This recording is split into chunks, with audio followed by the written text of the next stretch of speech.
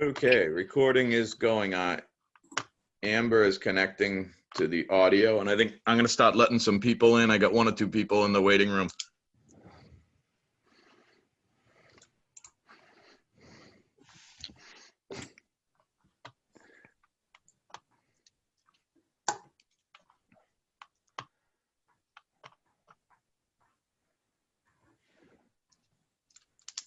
Hey, Jerry, how's it going? Let me know if you can hear me. It's funny, I don't see his mute button, green or red. Oh, perfect. Slowly coming up. Hey, John.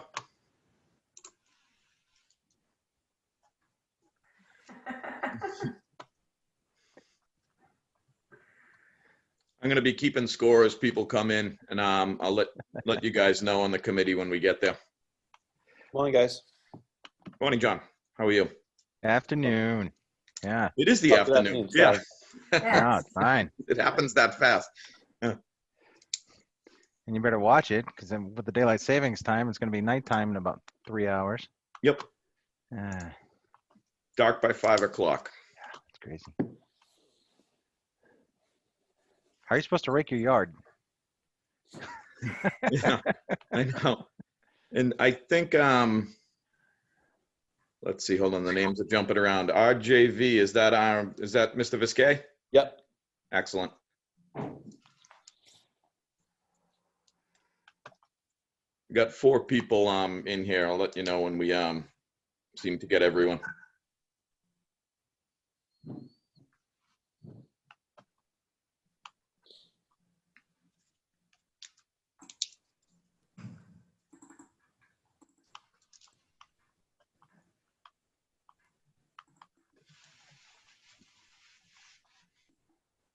Hold on, I got Jim Rogers calling me. 1 second.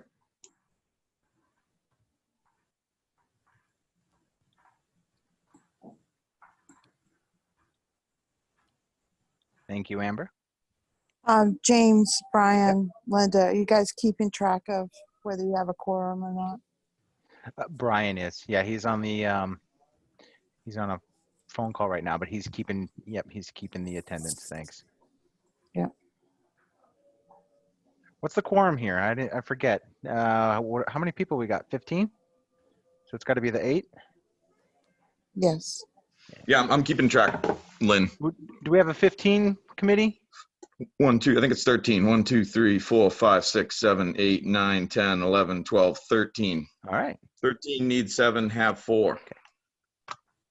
There's Jim Rogers joining us right now. Hey, Jim, how's it going?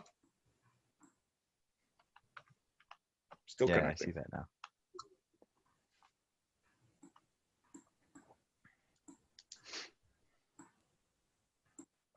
Once we get underway, I'll share the screen. I just wanted to sort of do attendance and do a quick hello as everyone gets in. In fact, why don't we do that? Yeah. Why don't we go through the introductions first? We can see everyone's faces, big and bright, and then we can switch over.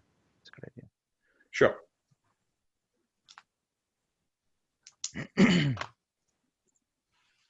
Mike Picardi's on his way in.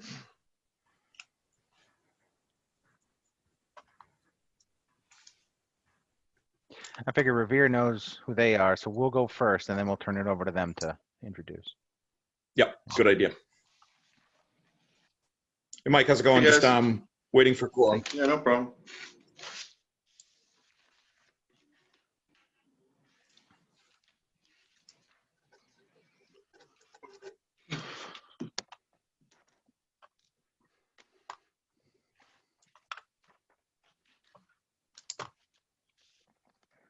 Got a cell phone 0661 coming in. Anyone recognize that number? That's me, Brian. It's Jim. That's you? Yep. How do I not have your number memorized?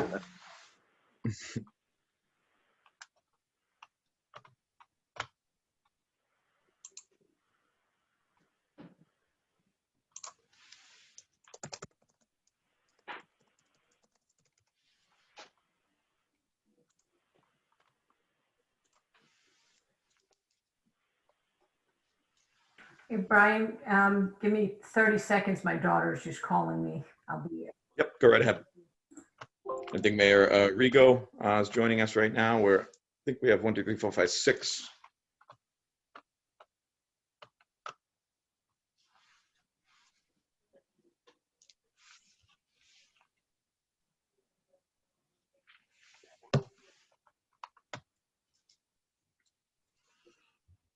I know Jennifer Hayes cannot make it. And Carl is going to be late. Superintendent Kelly is coming in now.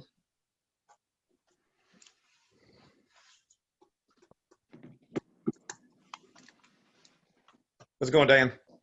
It's going. It's going. Yep. Your call. You make a quorum. We're at 7. I know that we know Jennifer Hayes cannot make it, and Carl might be a little bit late. So your call if we want to hang on a little bit or get it rolling. I guess I'll defer to the mayor on that. I think that we could probably get started. Yeah, we can get started. Okay. Okay. I'm going to call it a go at 1:04. Excellent. I figured we would stay. I'll share my screen in a minute. We can put up the agenda and go through a presentation we have, but we thought that we just do a quick intro while we're still on the video here. Brian, yep. I don't know who the chair of the school building committee is, but they should probably call the meeting to order. Mm-hmm. Who is the chair actually? Diane, I'm not positive. Brian is. Okay. All right, so I'll call the it. meeting to order at 1:04, and let's have a roll call of the members as well. Perfect. Mayor Rigo is here. Stacy Bronson Rizzo, I don't believe is here. Don Ciamarella, not here. Susan Gravelisi, not here. Jennifer Hayes, not here. Patrick Keefe, not here. Diane Kelly is here.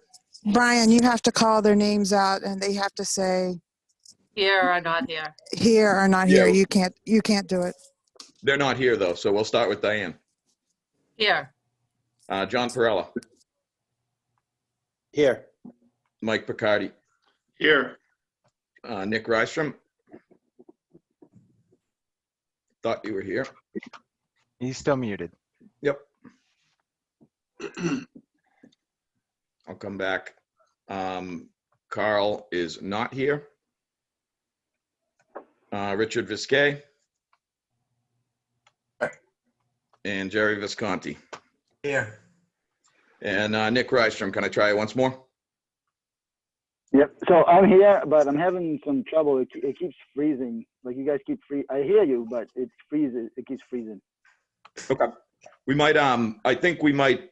What might be good is once we get into a presentation mode, we can minimize down to the folks talking on video. That tends to help. So feel free. You can keep your video off if you'd like. If you want to throw in a question at any time, you can. You can flick your video on if you have a question, but that can tend to help. So that is 7 people on the roll call. That is a quorum.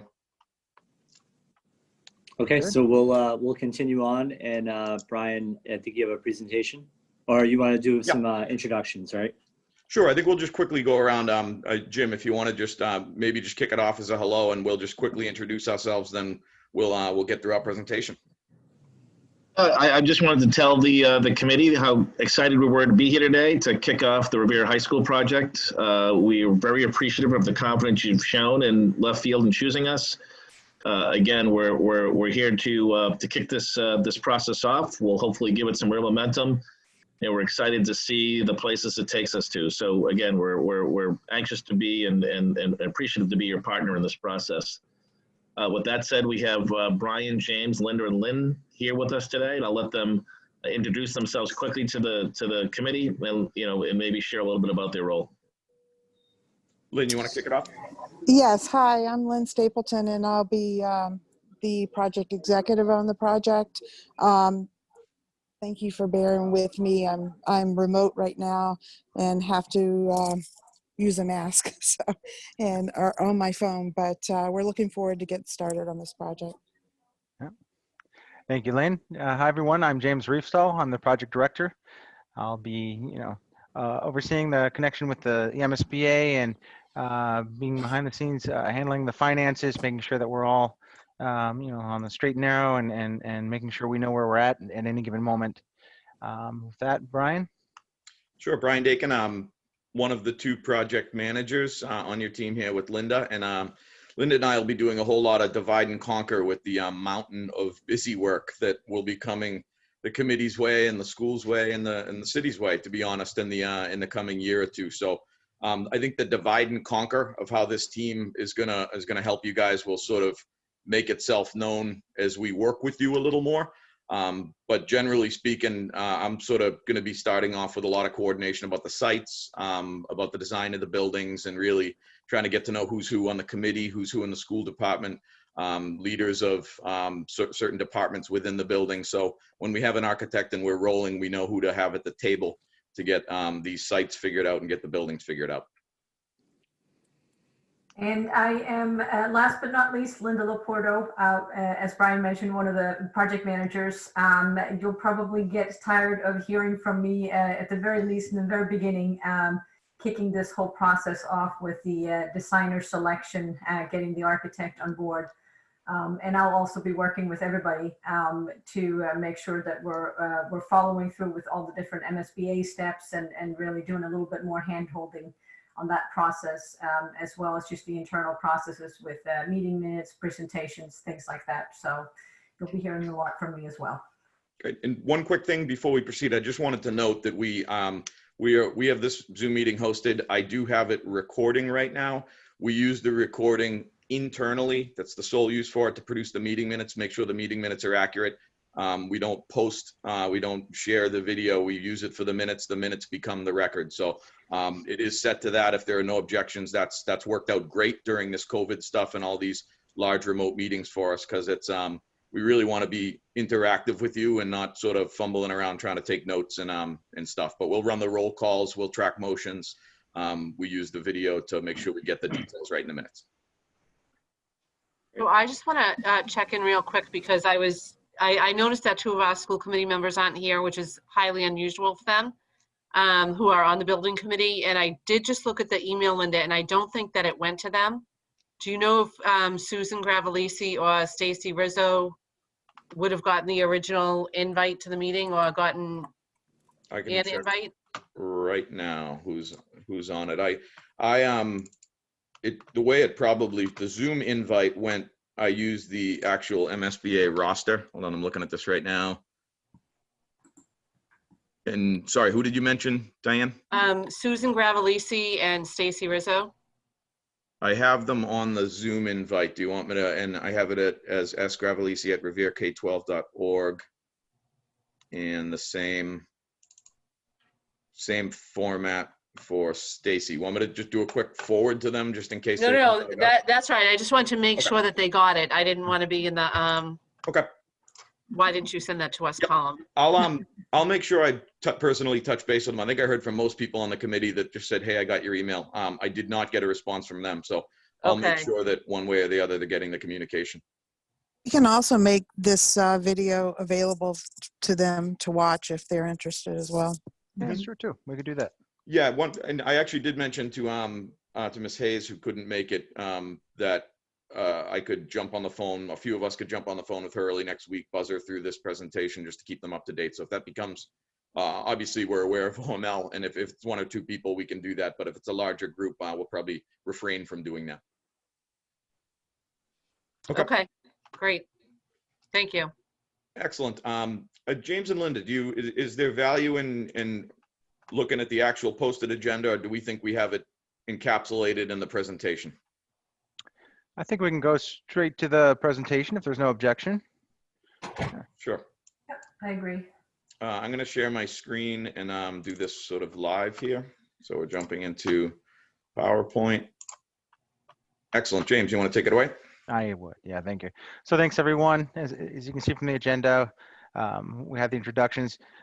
As you'll appreciate, this is our very first meeting. We're meeting with you. And so a lot of this is going to be, just setting up the ground rules and getting to know one another. we have on this second bullet item, the vote to approve meeting minutes. I'm not sure if we have meeting minutes from August 24th to approve. We have that just there in case. Yep.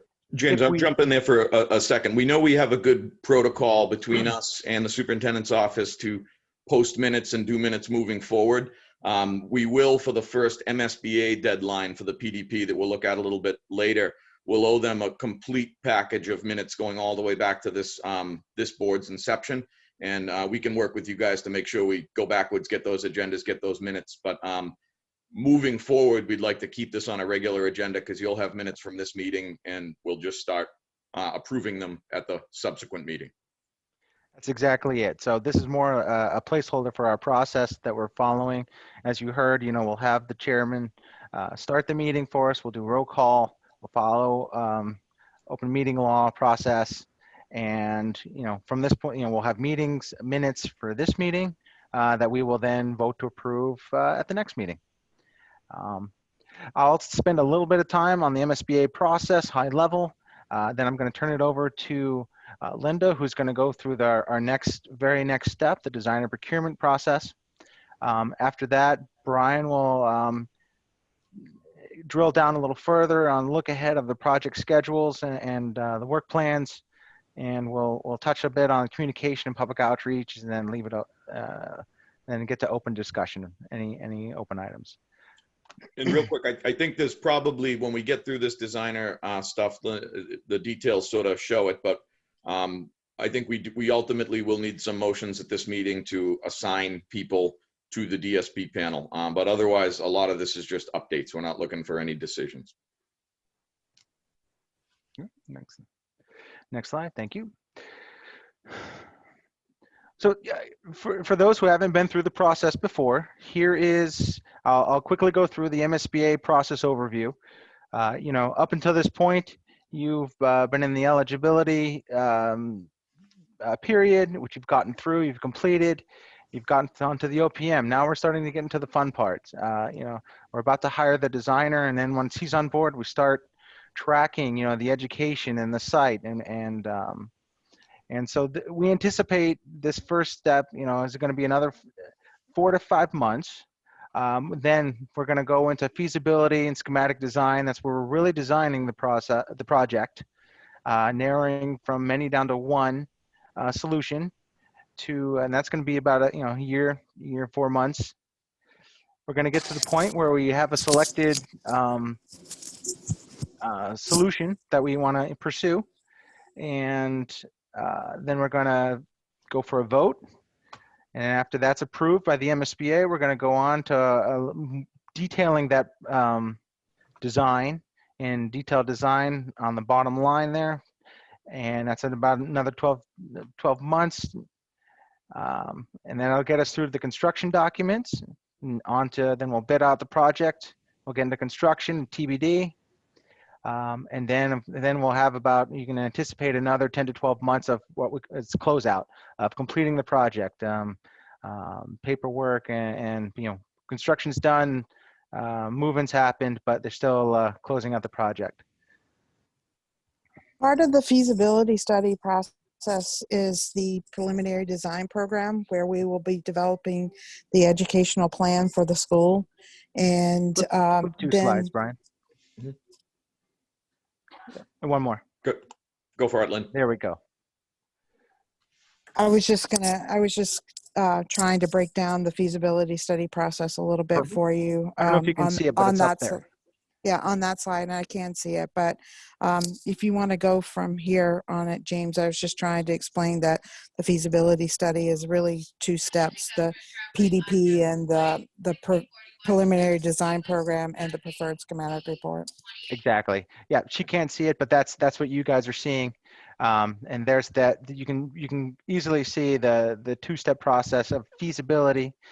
The PDP is a preliminary development program.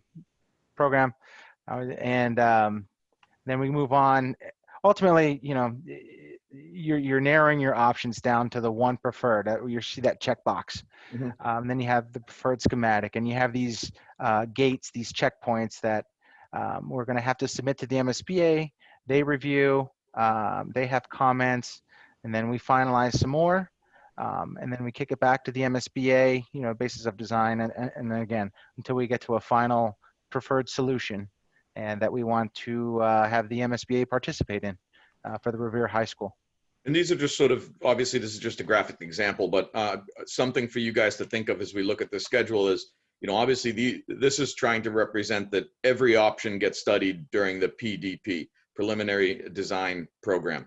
It's an MSBA acronym. So this is going to be all the sites you're considered with potentially multiple flavors of project on each site. The PDP will narrow it down. This could still be a mix of sites and a mix of programs. But to really move into schematic, you end up choosing one. So you're not necessarily going to be quote unquote choosing a site or choosing a project until we go through all of these procedural steps in these reports. So I'll back up here, James. Do you want me to go forward from here? Actually, that's fine. No, I was going to say Brian is going to go into more detail. We have a few more slides that's going to highlight more detail. We don't want to hit you all up at once. But in the meantime, our immediate step is, as mentioned, the designer selection procurement. So we will turn it over to Linda to review that process with you. All right. So actually, Sorry, Linda. Susan Gravelisi is entering right now. I'm just going to make note. oh, perfect. And then I think you need to go the other way on the presentation. Which way do you want me to go? I'm seeing the introduction. There we go. There we go. Yeah, you Oh, can perfect. actually, yeah, so, so to kind of just start you off, the designer selection process is something that is stipulated by the MSBA. And they're calling it the DSP process. There's a lot of acronyms that MSBA uses. But this is basically, we're just going to go through a real quick explanation of kind of the next steps and what's involved in the designer selection process. So Brian, if you want to change to the next one.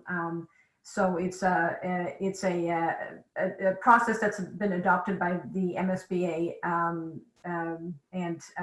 it is required for all projects with an estimated construction cost that is above $5 million, which we are obviously well above. So we kind of have some checkpoints that we need to make sure that we follow with the MSBA process to just make sure that everything is set up correctly. And so the designer selection panel is composed of 13 members that are appointed by the executive director of the MSBA. And they will have various different levels of expertise, all applicable to the project and to construction projects. And then there'll be 3 members that are proposed by the city of Revere. There's some requirements for those. So 1 member will have to be a representative of the school committee. 1 member should be the superintendent of schools, and 1 member should be the CEO of the city or the CEO's designee. And then just to clarify, I know we had talked about this, or this term came up before, that we have a minimum of 9 members to create the quorum.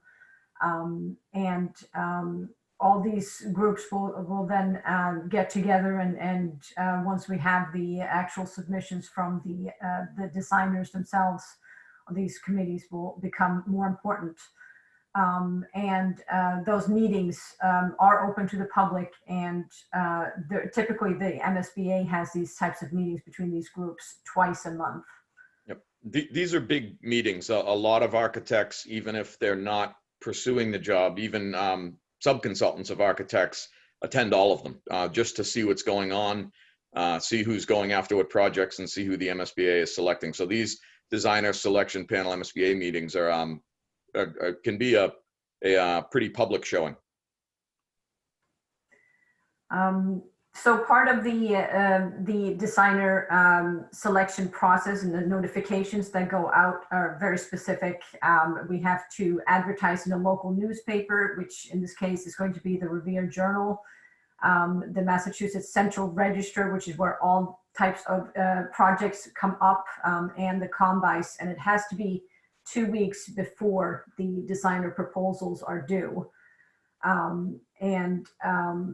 So there's a master file for all these designer firms that they have had to, they're required to have previously submitted, so that they're sort of pre-qualified already to be part of this process. Mhm. And there's certain selection criteria that they have to be qualified by. They have to be meeting the Chapter 7, Section 44. They have to be MCPPO certified. They have to agree to certain goals set by the supplier diversity offices. We actually have here a goal that's going to be set for Revere High School that will guide them to what our structure is going to be. Those goals are still pending. I have not received them yet from the supplier diversity office, but we are working on getting those. So that'll be a big portion of it. They also should take into account their past performances, past experience, their current workload, financial stability, and they have to also make sure that the proposed architectural team and qualifications are correctly assigned to this project, making sure that you have a good team that is strong and has the background to take on a project of this size and complexity. Oops, sorry, I just missed my click. There you go. One, Brian. As part of the selection process, we'll try and all the participants will try and pre-rank and get it down to 3 members or 3 firms to look at. And then those will be assigned rankings for the DSP meetings. I won't go. Sorry, jumping in really quick on that, I think, and this is why we sort of put this piece in red. The MSBA DSP process is, they're very prescriptive about, they expect you to have gone through all the proposals. They expect you to come to this meeting with opinions and be able to put into words what the city is looking for, but they do not want these 3 members from the city to come in with their mind made up and to come into that meeting with a number 1, number 2, number 3 rating. You have to have done your homework, but you have to only do the real ranking live in the meeting. They double down on that when you get invited. The 3 folks that are going to get invited to the meeting and us, we'll all get that warning from the MSBA that, you know, do your homework, but don't show up with the decision. The decision happens in the meeting. The city gets 3 out of the up to 16 votes. Again, 9 is a quorum, but 13 members from MSBA, 3 members from the city. Sorry, Linda. Yeah, no problem. And we are, based on the interest that we've already received, we're expecting a lot of designer firms to apply for this feasibility study. So there's going to be some real homework to do once we receive these proposals. I have a feeling it's going to be a pretty long list and some very, very well qualified players. So I think the selection process options, as Brian mentioned, there'll be some opinions, but there'll be decisions made in those actual meetings. And then after that, we'll move into the interview process. The department or the group can choose not to conduct interviews, but interviews are typically not waived unless, you know, there's a real strong, very, very strong lead for one particular company, and there's sort of inevitably there are no questions or other comments, which I think is pretty rare. Yeah, pretty rare. Yep.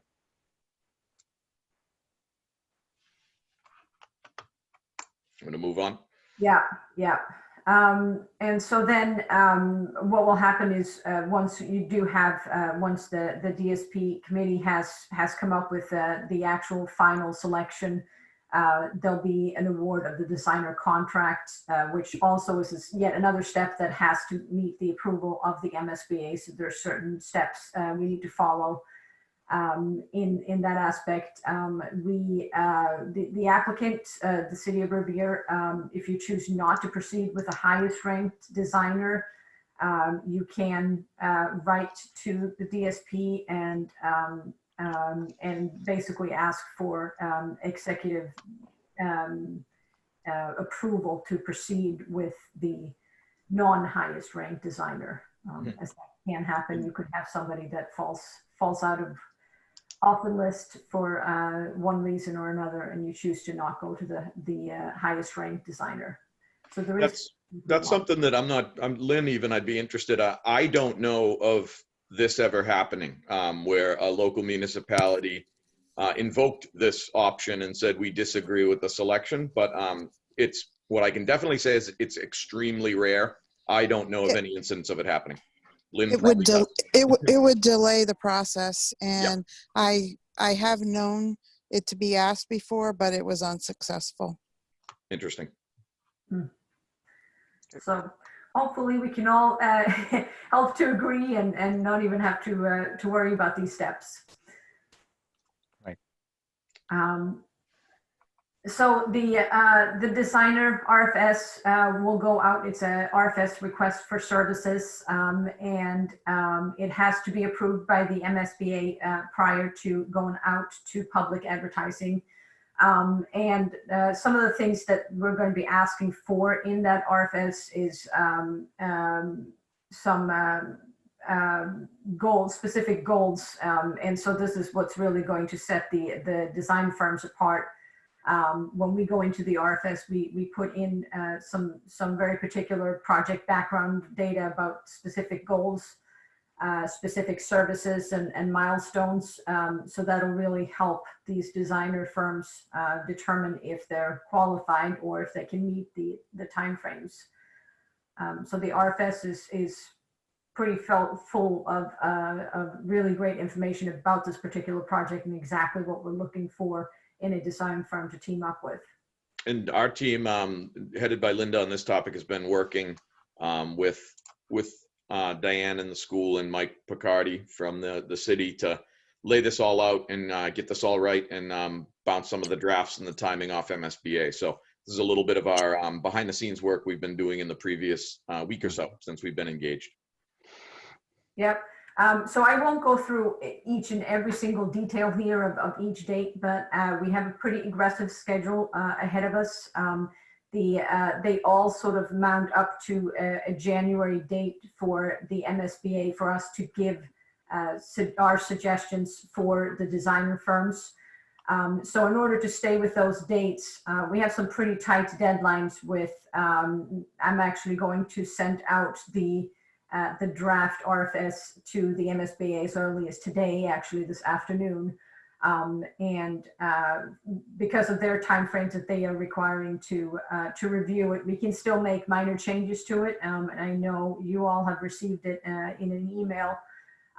We have since gotten some shorter timeframes from the MSBA. So what you will see is on this agenda here that we're following now versus what was sent out in an email yesterday has already been shortened by a week in order for us to not have a situation where we have things coming out and being due the day before Thanksgiving. So basically this RFS is going to hit the streets for the public to see on the November 18th and 19th between the Central Register and the Revere Journal. Sorry, and then, one too far. no, sorry. And then we'll have we decided to do a virtual site visit in light of today's health concerns, and also just to make it easier because we do have multiple sites to look at. So we actually have it tentatively scheduled for December 1st for a virtual site visit, and followed by some questions, attendee list, handouts, and then ultimately the proposals being due by December 16th. And they will go to Michael Picardi, and then I will assist Michael in getting these out to the MSBA along with the required documentation. And then they go into the MSBA on December 18th. And just to pause for 1 second on this, I wanted to note that this December 1st meeting, usually this is something that we do in person. I think for a lot of reasons, it makes a lot of sense to do this virtually. We've been doing them virtually. But it is sort of the point when the architectural community that does these MSBA projects is pretty big, and there's going to be a lot of interest. So if this were an actual site meeting, the committee could expect a whole bunch of architects wandering around the high school, then wandering around Wonderland, then wandering around the housing authority. So we're not having an in-person meeting, but I still wanted to make the point that as we start advertising and the architects and engineers and sub-consultants start hearing about this, it's going to start getting out there. And we wanted to work closely with this committee and some key contacts as we start analyzing these different sites to make sure the city and people both in the city administration and citizens understand what's going on. If there were 30 architects wandering around the housing authority site, I'm sure some of you would get phone calls. Some of them might bring drones. So it's sort of word is going to be getting out. And one of the things we'll touch upon and we need to understand from you folks is how we can help manage the communication. I'll jump to the next slide here.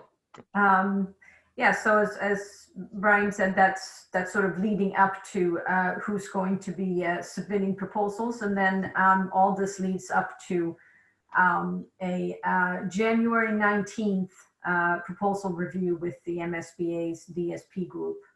And then we follow along after that, as I mentioned earlier, with actually issuing negotiating and issuing a contract with a designer.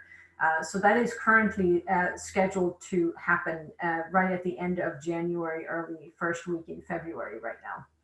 So and these are, sorry, Linda, these are the meetings where the ranking would happen. So this January 19th, before that point, all the way back through all this research down in here, we really can't rank. We can absolutely go through preferences, things you like, things you don't like, and we can try to help you bring those opinions to the meeting. But the OPM has a very minimized role in these DSP meetings. We basically speak when we're spoken to in these meetings, and the 3 members from this building committee that are at both this initial ranking meeting and then at the interviews will be put on the spot by MSBA to say, what do you think? What do you want? What did you like about these? So I really do stress that the 3 members have to go into this with an open mind, but with a plan. That doesn't mean you can't go in with some type of opinion and preference. You just have to follow the process. Right. I think that sort of mind-numbingly full of very, very detailed, but I guess the name of the game is we're excited and we decided to let's shoot for the stars. And when we had the option of going for January or February MSBA dates, we said let's put the bar high and aim for the gold. And as it turns out, the February date did fill up, so that was not even an option. So, so we're continuing to trek towards the January 19th date, which just means that we're going to be filling out a lot of forms and a lot of submissions in the next couple of weeks. But we're there for everybody, and we're there to help as much as we possibly can. And this is all in an effort to get this going quickly. So that we can really get started on the more fun side of the project and actually get a good team together and continue on a good track to set you up for ultimately the best project possible. So a little bit daunting, I understand from now, but we will be there for every step of this process to help. So Brian, thank you so much, Linda. That was, even I found it informative, and we do this all the time. So good job, and I hope the committee appreciated that. Brian, can you go back 2 slides to the one that says develop RFS? So for the committee online on this phone call, as you just heard, Linda has been working with Mike Picardi. We've been doing a lot of this heavy lifting up front, but we do have some homework that we need to take care of today in order to meet this deadline that requires your participation. And so if you see there on the Thursday, November 5th, right in the middle of the page, SBC meeting to designate City of Revere contact and approve the RFS. So we would, in order for us to meet this, we would like you to the building committee to approve the RFS, and we'll hold a vote for that. And before we get to that, though, I just want to make sure that you know that you have the ability to still comment on it up through November 12th. So we're approving it today, but you can also comment all the way up through November 12th. Sorry, James, it's November 9th for this group. Sorry, didn't mean to. Oh, okay. Thank you. November 9th. Sorry, this is all part of the Yep. shortening timeframes. Yeah, Yep. so. Appreciate it. And Yep. I think we can definitely pause and open it up for questions. But I think the last point I wanted to make here is what you're going to see is that there's a lot of MSBA procedural deadlines Right. that have pre-scheduled events that we have to meet. These DSP meetings are scheduled annually, and when they fill up, they fill up. I'm going to just, don't get whiplash here. I'm going to go back a bunch of slides. So a lot of these, you see these staff reviews, MSBA Facilities Assessment Subcommittee, MSBA Board of Directors. These red lines in this graph are immovable deadlines, and they're not necessarily immovable, but what it means is if you miss one, you missed a month. If it's Right. the Board of Directors, you might have missed 2 months. So a lot of the other deadlines of when do we give the MSBA the PSR, we can define that, we can push it back a week here and there, but many of these important deadlines leading up to this final checkbox of approval of the preferred solution will be set on the MSBA calendar. And if the committee wants more time to go through that, we can help manage that, but we'll have to be telling you, well, if we don't make this meeting, you're 2 months behind. And sometimes that is a linear critical path. The schedule just got 2 months longer. Sometimes it's not. So I just wanted to make that point as we look at these items. And I figured at this point, it might be a good point to pause before we just get into the general schedule and talk about both any questions on the RFS. I know it went out yesterday at, again, fast schedule. We don't have all the time in the world, and but we also want to be sensitive if the committee needs to review these items and comment. So we would like that approved. We would like to go back to assigning the 3 members. One would either be Mayor Arrigo or Mayor Arrigo's designee. One would be Superintendent Kelly or her designee. The third would be anyone the committee so chose. So I didn't know if there are any questions in the meantime on designer selection process or the RFS.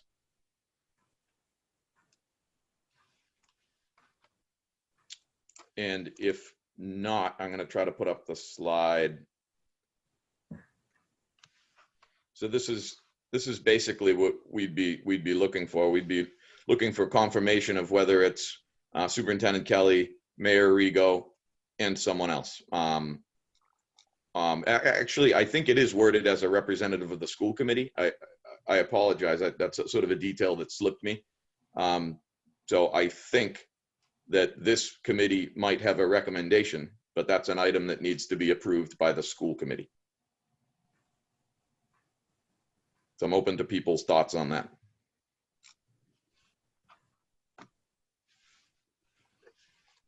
Any members have any questions, comments?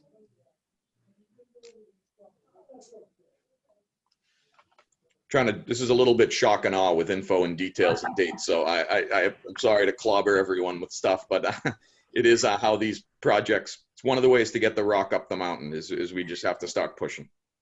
Well, I would just suggest that in addition to Brian, we have 2 school committee members on this school building team. It would make sense to me, I think, for one of them to take the 3rd spot. Mm-hmm. I think that's pretty typical of our experience, Diane, that's how it would go.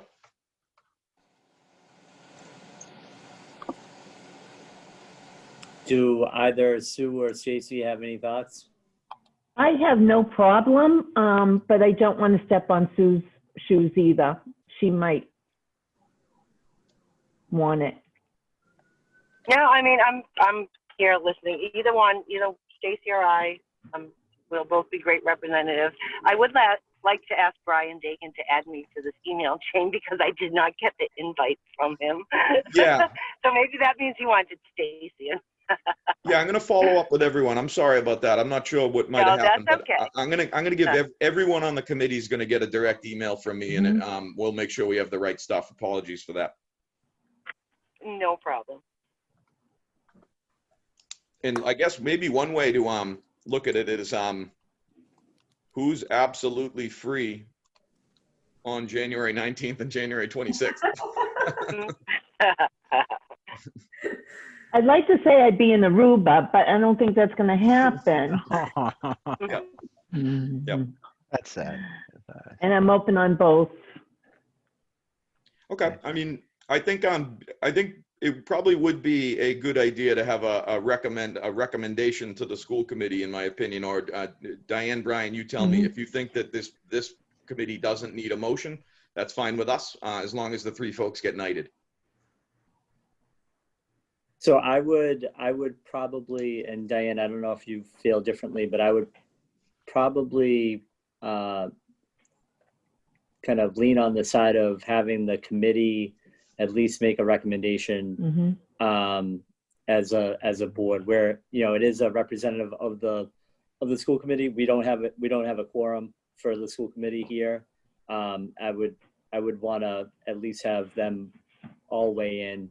We have a meeting on Friday, so maybe this can be something that we would bring up. I don't know if it's it's probably too late to add to the agenda, but we can maybe talk. Wait till the next one. Yeah, informally. But in terms of my role, I plan on being on it, so I won't need a designee. And I don't know about Diane, but. Yeah, no, I feel the same way. I'll be on it. Okay. Great. So Stacy or Susan, who do we, and typically just procedurally, you tell me if it's okay, but a lot of times when these motions sort of come up, I might try to, one of our team members might try to get the language right. And we obviously don't move motions, but, somebody could do a so moved sort of situation, and we can sort of do that on the fly. But Stacy or Susan, I guess, is your call. Yep, Stacy, that's fine. If you want to be on it. I mean, if you can make the commitment, Susan, I have no problem. I don't want to take it away from anyone. Hey, I'm being nice, so let's get. Don't play kumbaya much.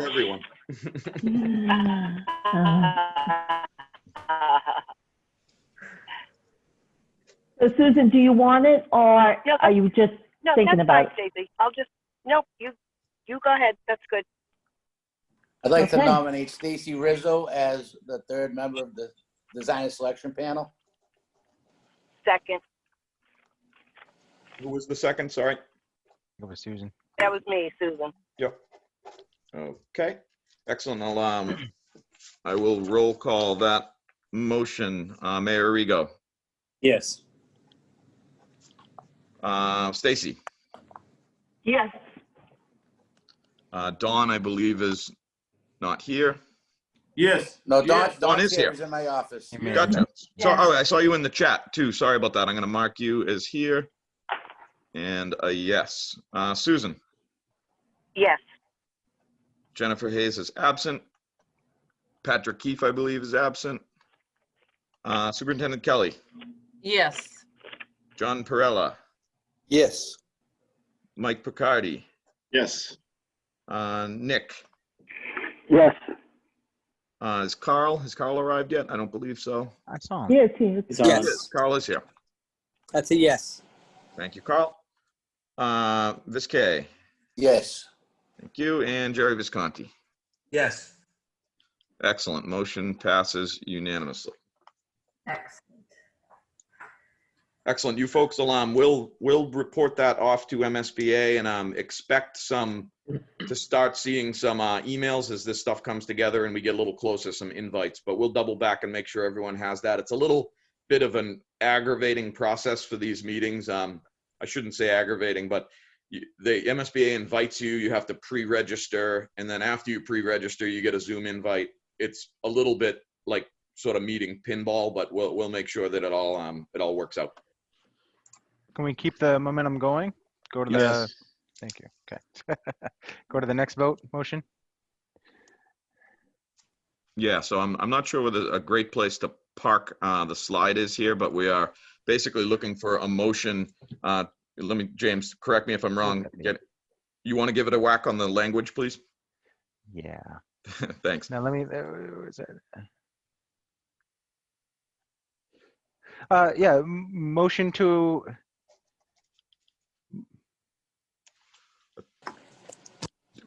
Motion to approve the submission to- of the draft RFS to MSBA. I think that's what we need. that's exactly it. Thank you. Great. That's exactly it. Okay, so there's a motion to approve the RFS. Yes. Is there a second? Second. We'll do a roll call. Actually, Brian, who Yeah. made that motion? Yeah, who made it? James. Well, I'll make it. Yeah, well, I can't as the chair, you can't As the make a chair, I motion. can't make it. And James can't because he's not a member of this committee. That's All right, So, is there a motion to approve the RFS from a member? I'll make a Motion to motion to approve the RFS. Thank you. I'll second that motion. Second. Mr. Motion made Fiskey. by Stacy, seconded by Rich Fiskey. Roll call. And Viskey, one sec. Roll call. Mayor Rego. Yes. Stacy. Yes. Dawn. Yes. Susan. Yes. Jennifer Hayes absent. Patrick Keefe absent. Superintendent Kelly. yes. John. Yes. Michael. Yes. Nick. Yes. Carl. Yes. Richard. Yes. And Jerry. Yes. Motion passes unanimously. Thank you. And I had Stacy and Viskey on that. Okay, excellent. James, I think that's the busy work on the designer selection process. That's it. Thanks, Excellent. everyone. And Yeah, this is thank you Jim. very much. This is Jim Rogers. I just want to repeat, Brian, that even though thankfully we appreciate it that we've got the approval to send this RFS to the MSBA, the committee still has the opportunity to approve it, to review it some more, as we said, and offer comments over the next week or so. So please don't think we're trying to we'd still appreciate any review comments you have. Yep. Right. As we go through it. Yeah, let you know a little bit more behind the curtain. I think Mike Picardi was even on this email. We were normally it doesn't go this quick. Normally we don't like it to go this quickly, as Brian kind of alluded to. But just in this front part, we got an email from the MSBA saying, "Hey, you can meet a January 19th date or February. Choose." And then the next day, February's gone. So what do you got? So already that's what made our decision for us. So again, we appreciate your guys' flexibility to jump on this. And like I said, we will try, we will try to manage this as much as we can, but that's what we were given from the MSBA side. Yeah, the goal was to be able to formally tell them we're doing everything we can in Revera's for that January meeting before it filled up. And if that filled up, we'd be kicked to March. So we don't want that. It is sort of a lot of work quick, but we can handle it. We can help you folks handle it, and we'll make it work. If somehow that meeting does fill up or just something procedural happens, we'll most likely be back to March to select an architect. So, and that's probably a good transition into the schedule here. And again, anybody feel free to put up your hand or pipe up, but these sort of bar charts are you can't make them too simple when the process is this tricky. We have a long road ahead of us. The road that you're looking at here is basically the feasibility study. So that 18 or so month phase that James touched upon earlier, this is just a more detailed breakdown of this phase. We're in the first two bars here, forming the project team, and we're working on that second bar. That's what we've been talking about all tonight.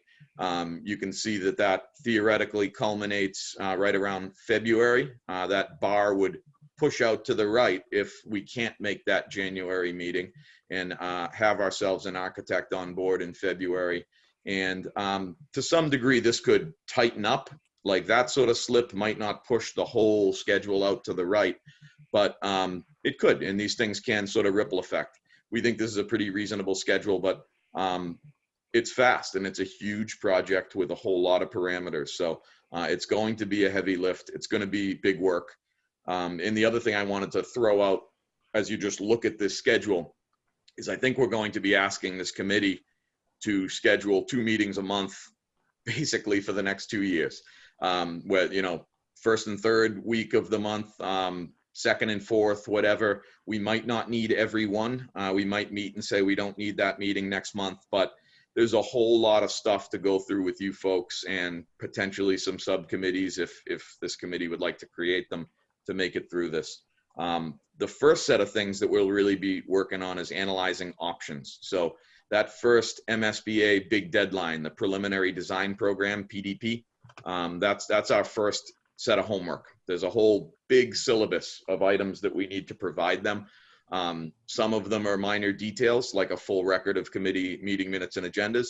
Some of them require a lot of input and opinions, and those relate to opinions on the 3 sites we know you folks are looking at. So the piece of this I wanted to stress that we'll get into even at the next meeting is where we start site analysis, and we feel like we're a lap ahead on that. We feel like we're an extra lap ahead because of some familiarity built into our team on these sites. And Amber from the superintendent's office, who I happen to know, was working on getting us some drawings that are really going to help. We found some drawings from the Rumney Marsh site package that show us grading, and ultimately we'll be able to figure out utilities that are out on those fields behind the high school. So we're already trying to dig in with the sites, and I'll need some of your help, some key members on the committee, to start analyzing these sites. The 3 sites that you're looking at potentially have dramatically different construction sequences, and that's one of the reasons the overall schedule we showed you earlier had a big TBD on construction. If you were to build on ready to go land, call that the Wonderland option, you could put a shovel in the ground pretty fast. If you were to build on the existing high school, you might have some coordination about parking, moving people around. If you were building at the RHA site, theoretically, there's a whole front runway of getting structures and people out of the way. So those theoretically are 3 different schedules. And to quantify what these jobs might cost and what they might look like and when you're going to have a new school and how long you're going to be dealing with construction, we need to figure out all those pieces of the site. So we're going to start that right away. We're already working on it. It's going to pick up momentum big time when we have an architect in the spring. You'll notice that things that I mark up and we mark up don't look as good as what the architect's going to give you. There's going to be a whole lot more analysis on what the buildings look like. We're not designers. We're not deciding what shape building, what type of building might go on the site. We're looking at the site from how buildable is it, what would it cost to build there, and does the site define things like the building's taller, or do you absolutely have a 4-story building, a 5-story if you build on this site, whereas if you built on another site, you wouldn't necessarily have to do that. So site analysis is really big part of this initial piece. There'll be traffic studies we'll talk about. There'll be neighborhood outreach, et cetera, that's going to have to come together as a communication plan. And once we really analyze those sites and we have an architect, the architect into next sort of summer, will begin doing test fits. So it'll take until then to really be seeing diagrams of any site that survives the process, because you, the committee, are free to tell us, based on what you learn in the next number of months, maybe you don't want to build on one of these sites. You could remove it from contention, but anything that survives through the architect will start getting test fits. They'll start putting buildings of various sizes, parking lots, fields on the sites, and we'll be doing a lot of work with you folks to develop a way to judge those. We'll judge them by time, we'll judge them by money, and we'll judge them by sort of softer parameters. We like to sort of call it a quantitative analysis and a qualitative analysis. And ultimately we'll be helping you folks define what those categories are, how you want to rank them, how you want to vote on these sites, and ultimately you'll be voting to either eliminate options or advance options. So those votes happen roughly at those lines we showed you earlier, that the preliminary design program is going to present all the sites and say, we like these 3 or 4 the best. These 3 or 4 options are going to move forward into the next phase. So this preliminary design program goes to the MSBA. It requires MSBA Board of Directors approval. So as you can tell, some of these months and weeks can slip around in here and things can happen faster or shorter, but these MSBA board deadlines are hard. And either we're gonna make them, or we're gonna try to better them, or they're gonna be later, but we can't pick necessarily when they are.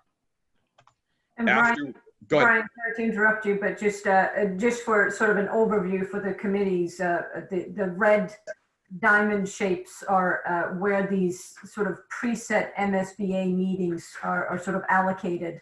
And they typically, they ask us up front, will you be able to join these meetings and will you be on the agenda, just so that they can schedule people.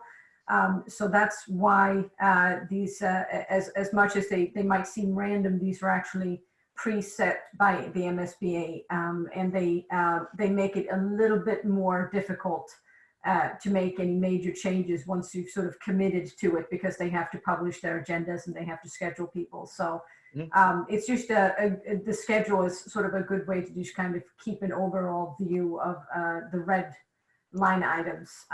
They're sort of the highlights of what we need to meet. And we can certainly, like Brian said, we can certainly make changes to them. And they can certainly shift based on different items, but they're just a good overview to keep in mind. And one point I don't think I fully made, I sort of dwelled on the sites for a bit. It starts with site analysis. That's where we start. But as we get the architect, and as we have then spent more time working with the school, working with Superintendent Kelly, the program for the actual building is going to come together. So the building doesn't really design itself. The site is going to influence the building, and your program meaning what square footage is included.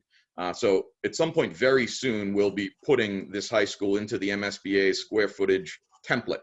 That template is going to spit out the cookie cutter high school that you get out of the box. We'll be analyzing that with the school department, with Superintendent Kelly, to determine what additional space is needed in the building. That occurs all somewhere in here of this development of short list and advancing the educational plan.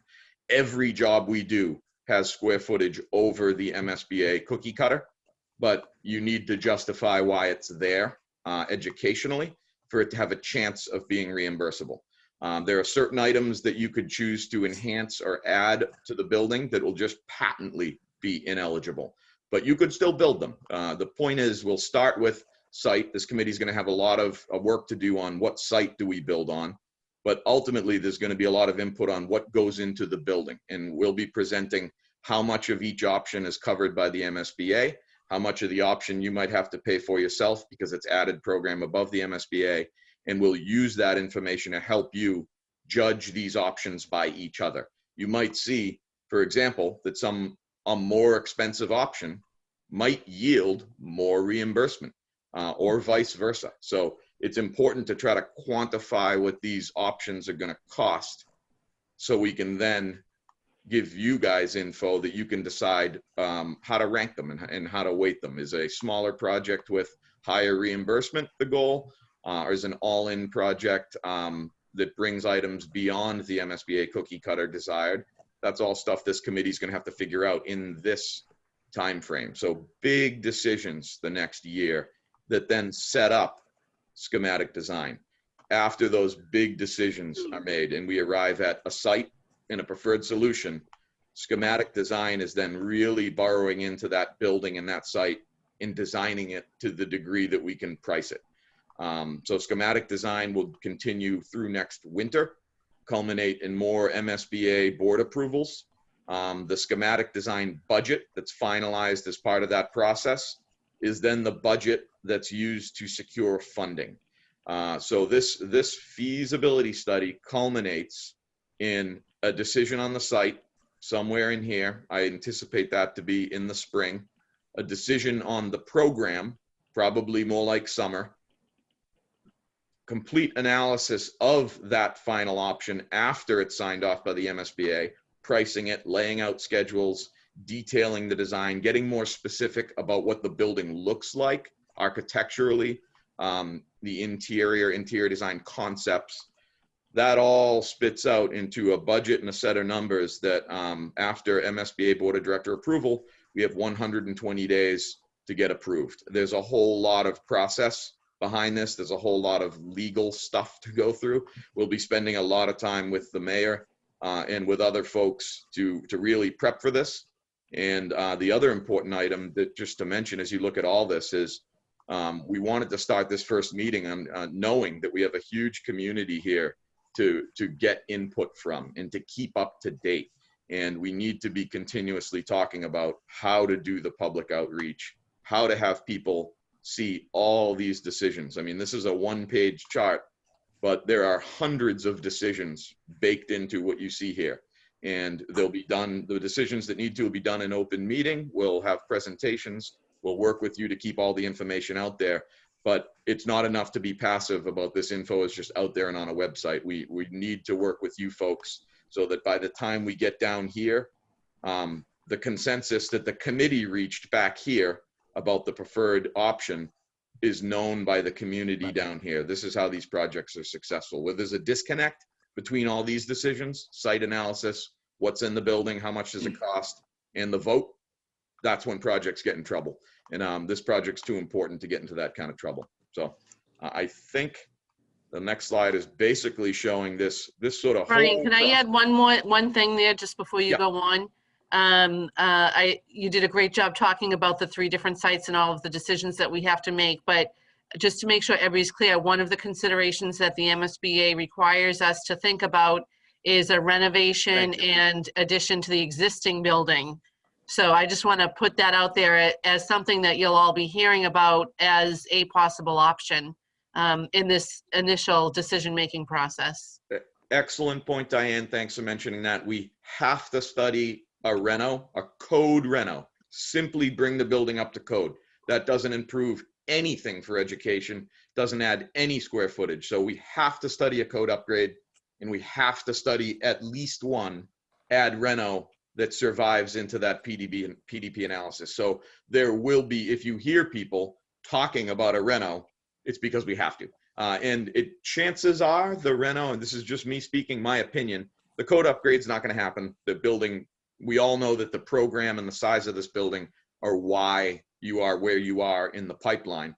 But what's really important is to make sure that we're following up on the MSBA required items. One of them is we have to study an ad reno. So there'll be some scheme of saying what parts of the building do we keep. My idea might be that centered around the assembly spaces, and the classroom wings would be a new construction. That's what we presented in our interview. Is the concept would almost be the field house area becomes new classrooms and science labs, and the assembly area back towards the admin office maybe is repurposed. But that's a little above my pay grade. We need an architect to help us with the ad renos, but we certainly will have to study both that and the boring code upgrade. So that's 22 months. The next year, couple of years is all these decisions have to get made, and then we fund the project. That basically, we don't have the full schedule laid out after this, but just to run with it for a second to give you guys some understanding is, this would mean that if things pass over here in the summer of 22, we would already have had an architect. We already have a design that's gone through schematic. We would immediately release that architect onto the latter portion of their contract, which would be to finish the construction documents. We'd also start somewhere around here talking about, is this a design bid build job or a CM at risk construction job? And we'd start laying the tracks for who's going to be the contractor, how do we do that? We'll at that point need a small committee like we sort of voted for today of who's going to help select the CM, but that's all way out here. By the middle of 2022, 23, that's when all the big contractors will be calling people they know asking about this job. Right now we're in the phase of all the big architects calling people asking about the job, but you're looking at construction documents out into 2022. Best case scenario, maybe there's a fence around something at some point 2023. That's what it's looking like right now.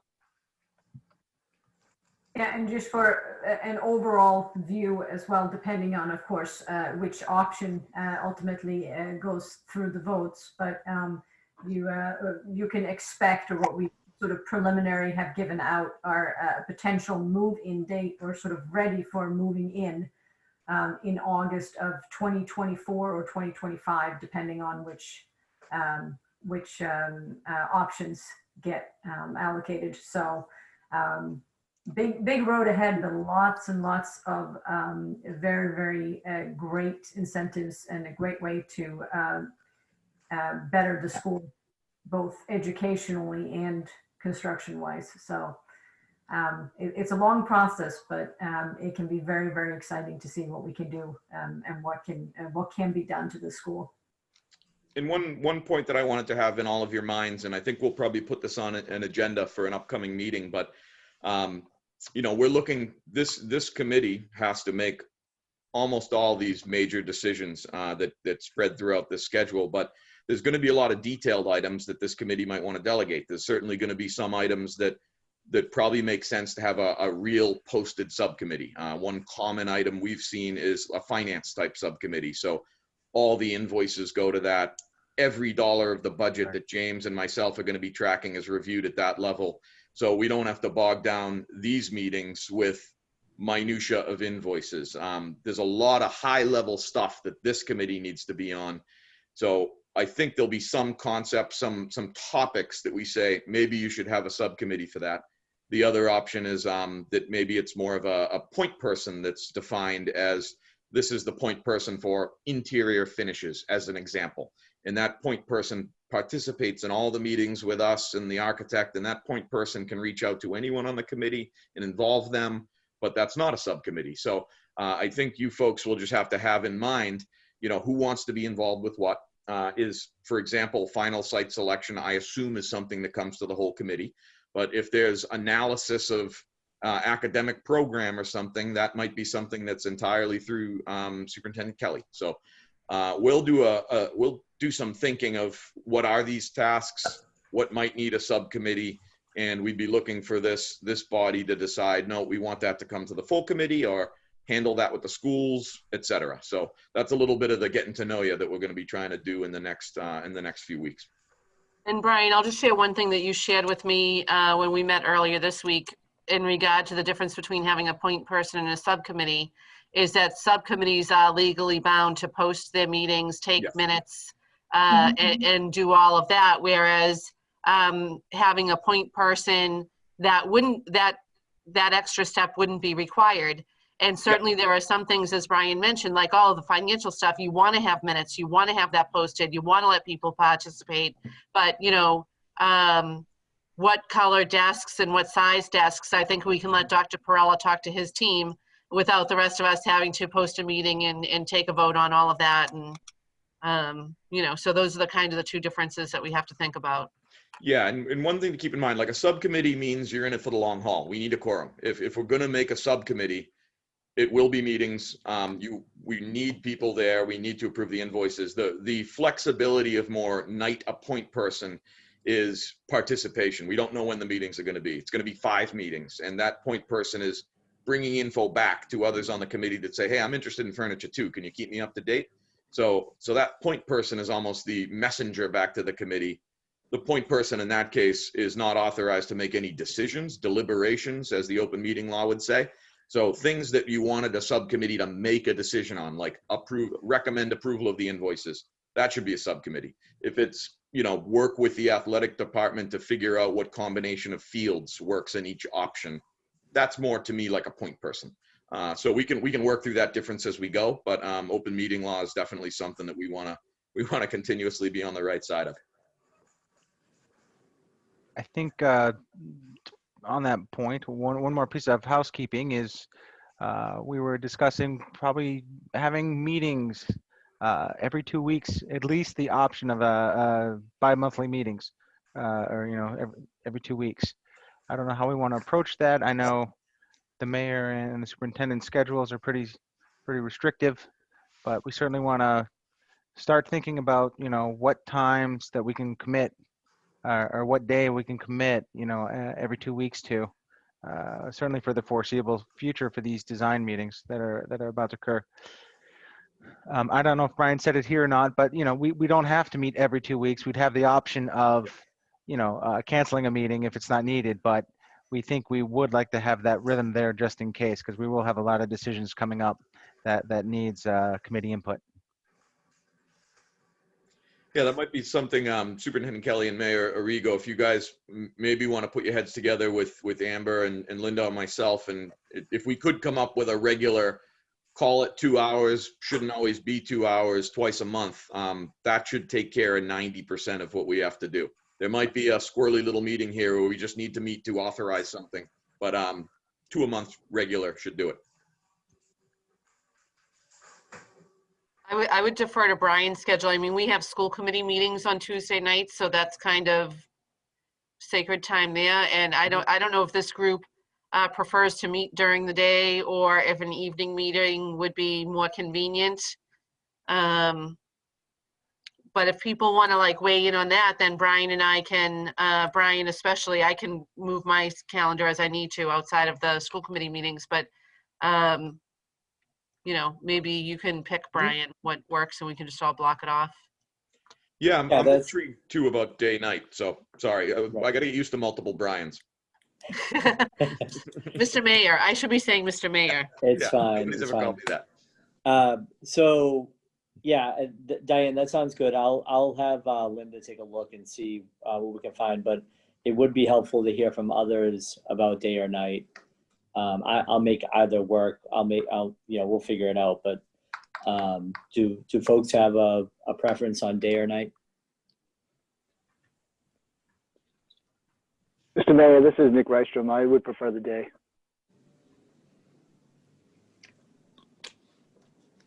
Mr. Mayor, this is John Perella. I think the late afternoon would be ideal for me, sometime between 2 and 6. I can do either or. The same. Same here. Good. What I'm I might flexible. just throw in, Mayor, is that like as we get a little more forward and we start getting into, we're trying to get word out in community, maybe we'll choose to do some in the evening. But we're going to have a lot of busy work in the next number of months that's not really obviously stuff that I think most people in the communities get too excited about. But I think some of these meetings might end up making sense to say, let's do them in the evening to get public involved. But just wanted to throw that out there. Yeah, and I'll say I know everyone on this on our side knows that there's a lot of interest from the public. So I expect that there'll be a lot of interest as people know that we're meeting. So okay, why don't we? I'll try to set something up. Probably late afternoon is usually better for me. So we'll see if we can set something up. And I'll have Linda from my office be the. She owns my calendar, so I'll have her find the right time, and Diane, you and I can coordinate, and then we'll let Field know, and we can have a recurring meeting. You got it. Great. Sounds good. Okay. Excellent. I think that's everything that we had sort of to cover. Certainly we're open to just field questions or curiosities. I will say that one of our left field coworkers has a drone, and I'm going to try to get that drone in the air above the 3 sites. A few of you might get phone calls. We'll pull the FAA permits first, but we wanted to, being that we're doing a remote designer walkthrough, we thought it would be awesome if we could get the drone over the 3 sites. But again, I want to be sensitive to people asking what's going on. So before we do that, when we have a real plan, I'll be in touch with the superintendent and the mayor. And if I need to talk to anybody else, we can do that. Great. I think it's a great idea, just to give people a sense of what the sites are. One thing that we wouldn't want is people roaming around the Riviera housing site, you know, try to get a sense of it in order to bid the job. It would be much better if we could give them a sense of it without having them travel there. Yep. I think that would be helpful to the community. But I do think this group, knowing that when that's going to happen, Brian, would be helpful, just so that if people have questions, we saw a drone. You know, we don't want the conspiracy theories to start either. Yeah, understood. You can tell them we're doing a little Chronicle style over Revere. And these sites are so close that we might be able to do it in one fly. That's sort of what that's our artistic vision, but we don't know if the FAA is going to let us, so. No, but even thinking about public outreach and how we communicate to the public, letting them know like ahead of time, hey, there are going to be drones coming out, and then even sharing some of the footage of that is helpful, you know, in the conversation with the community, and just, you know, obviously preventing anybody from being worried about what's going on, but it's also a way for people to know, hey, there's stuff going on with this project, and we're moving forward, and here's where we are in our process. I think that's a great segue, Mr. Mayor. At our interview, we had a sample website set up, you know, pre-set up for Revere.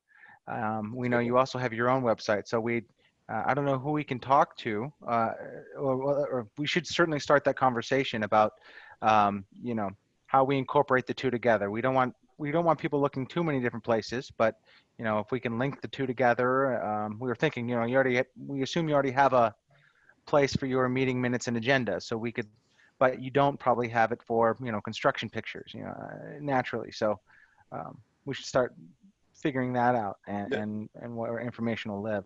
That's a good one, James. And I would even link it to me as this would be a point person that the committee, knighting a point person for initial communications is something that's common on these. And off the bat, that's going to be, do we help you enhance your website, or do we switch over to a project website? And then that eventually becomes public forums, et cetera. But I think the committee should probably think of knighting a committee member as the communications outreach person. So Brian, this is Jim. Maybe next meeting we could take this committee through our sample website, look to see what makes sense to, you know, keep, enhance, merge with whatever communications a website the city might have, but maybe as a agenda item, we could take this committee through our website next meeting. Perfect. Yeah, good idea. Yeah, we'll I think we already probably have 4 or 5 items to throw on an agenda. So I think you'll probably see a draft agenda, you know, next week, maybe even with ideas. And if there's anything, as we're getting engaged in this too, if there's things that you folks want to bring us up to speed on, or things that you might have talked of earlier, feel free to let us know so we get them on the agenda. And we'll have that as sort of a regular flow. But we'll distribute a draft agenda before we go to posting with it for the next meeting. Yeah, I think one thing that would be helpful is if we spent a little bit of time, and this would probably help the building committee and left field, just looking through the work that the visioning team has already done. I know that a couple people here, Stacy and Susan, have done a lot of that work with the visioning team, but I think that there are some members who could benefit from seeing a review of that, just to get a sense of the work that's already been done, even though we know there's going to be more of those meetings and that going forward to engage the community. I want to make sure that the work that this group of people has already done is honored and incorporated into any work going forward. Great idea. I think I'm going to call that a visioning process update for the next meeting agenda item. Sure. We want to make sure too, Brian, this is Jim again, that anything that's within that visioning materials that Diana spoke of makes its way potentially onto the RFS for the designers as well, if any of that's pertinent to, you know, some specifics that the city might be looking for. Yeah, that's a good idea. They might, if well, we'll talk offline, Diane, but yeah, if there's maybe some documents or some summaries or something that we could get out of that, it might even be worth just giving it to the architects. Love that stuff, and they can translate it right to ideas. You might get stronger ideas out of the gate if we share what stuff. We don't want to send them too much. We don't want to make them confused, but if we could inspire them with a little bit of that, I think you'll get some better ideas out of the gate. Yeah, definitely. We can make that happen. And I think this is a good step to start off with now that we're sort of in the grand scheme of things, the RFS is ready to go out and there's no major issues with that. So the next step will be that sort of December 1st deadline of trying to give the designers as much information as possible. So I think this will kind of be a good step to follow up to this meeting to work, especially with Susan and Stacy, if you have information already. Our goal for Brian and myself is really to make sure that this December 1st virtual, as much as I'm not a huge fan of virtual versus, looking at a space in person is usually a little bit easier. But I think just in terms of just the multiple sites, the multiple interests, and the current health situation, I think it's prudent to stay with virtual. But I would like to really make sure that we give them as much information as absolutely possible. And therefore just really weeding out who's going to work on this the greatest, giving them as much information as possible.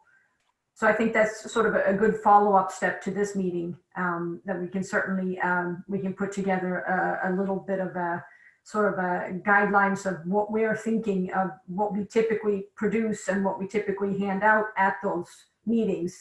And then have the committee here supplement with what you have that's already been done to really prove the point and really get the point across to the designers so that we can really make sure we have the right list ultimately to choose from. Agreed.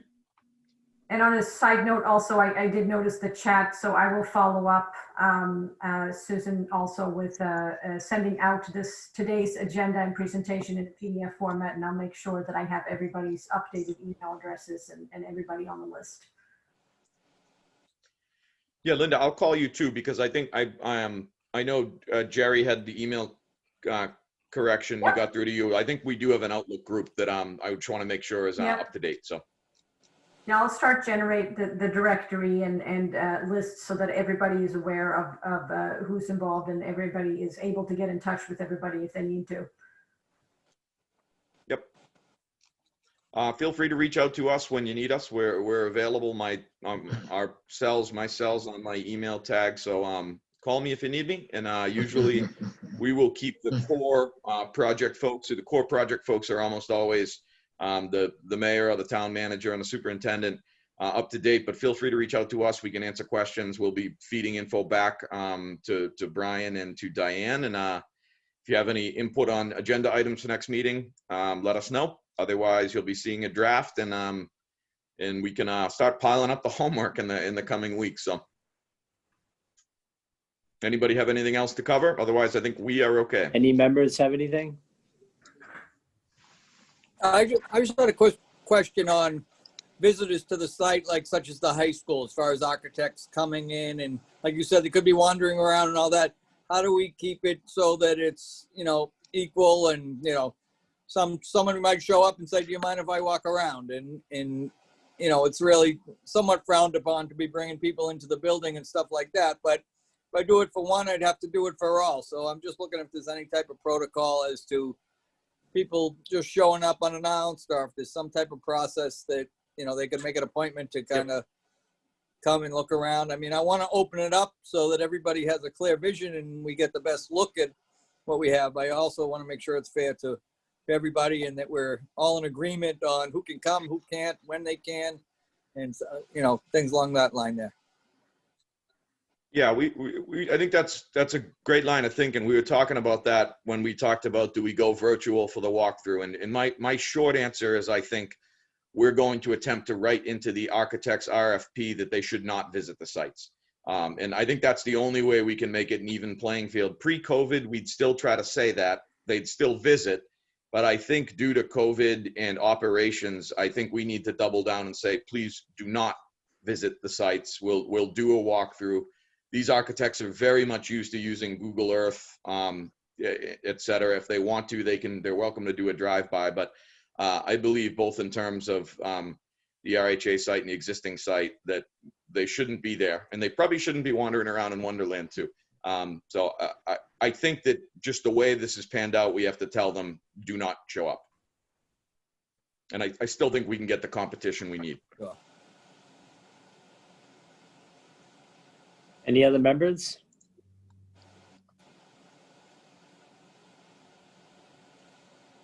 Okay.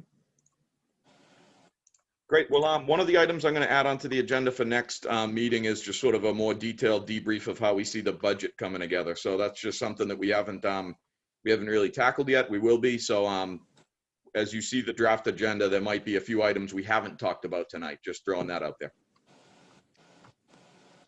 Okay. All right. Otherwise, if you guys are all set, up to you guys for a motion to Yeah, adjourn. I'll entertain a motion to adjourn. So moved, Second. Mr. Mayor. All right. We'll adjourn at 2:27. Thanks, everyone.